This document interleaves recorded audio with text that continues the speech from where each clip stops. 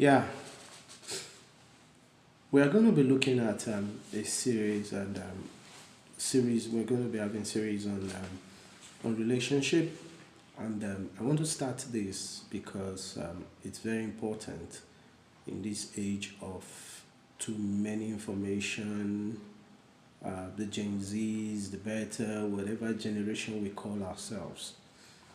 The truth is that each generation has something for the next generation to learn from.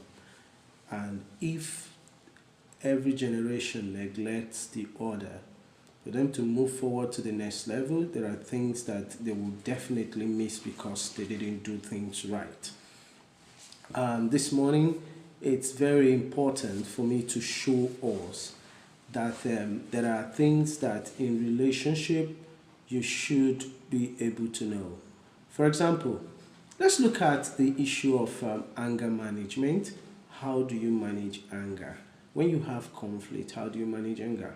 This morning we'll be looking at poor communication as one of the cause of conflict or anger in marriage. When communication is very poor. When we say communication is poor, what do we mean? We mean that on both sides there is no understanding on how communication should go. For example, there is a way a man communicates, there is a way a woman communicates. There's also a way a man listens, and there's also a way a woman listens. The anchor of what we are going to be talking about is tied on the scripture that says, dwell with her according to knowledge. So the first thing I want you to note is that knowledge is the bedrock of whatever we want to discuss.